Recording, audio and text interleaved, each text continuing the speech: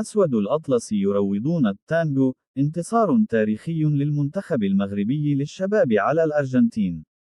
إذا كنتم من عشاق المشاهير وتحبون متابعه كل جديد فيه عالمهم فادعكم للاشتراك.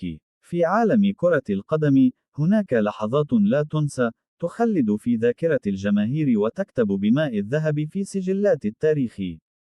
إحدى هذه اللحظات تجلت مؤخرا حينما أبدع المنتخب المغربي للشباب وأبهر العالم بأداء بطولي أمام أحد عمالقة الكرة العالمية، منتخب الأرجنتين. لم يكن مجرد فوز، بل كان إعلانا صريحا بأن الجيل الجديد من أسود الأطلس قادم بقوة، يحمل طموحا لا يقهر وروحا لا تهزم.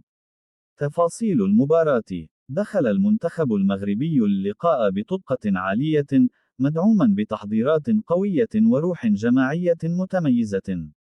منذ الدقائق الأولى، أظهر اللاعبون المغاربة تفوقا تكتيكيا وبدنيا، أربك حسابات المنتخب الأرجنتيني. الهدف الحاسم جاء بعد سلسلة من التمريرات الذكية والهجمات المنظمة، ليهز الشباك ويشعل المدرجات فرحا. الحارس المغربي تألق بشكل لافت، متصديا لمحاولات خطيرة، ومثبتا أن الدفاع المغربي لا يخترق بسهولة.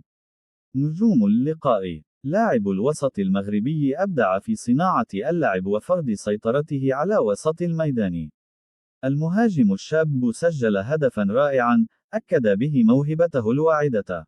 المدرب المغربي أدار المباراة بحنكة، قارع بها أحد أفضل المدارس الكروية في العالم. ردود الفعل: الجماهير المغربية احتفلت بهذا الإنجاز في الشوارع وعلى منصات التواصل الاجتماعي. الصحافة العالمية أشادت بالأداء المغربي، واعتبرته مفاجأة البطولة.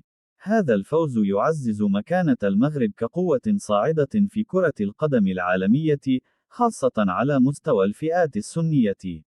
خاتمة: انتصار المنتخب المغربي للشباب على الأرجنتين ليس مجرد نتيجة رياضية، بل هو رسالة أمل وفخر لكل مغربي.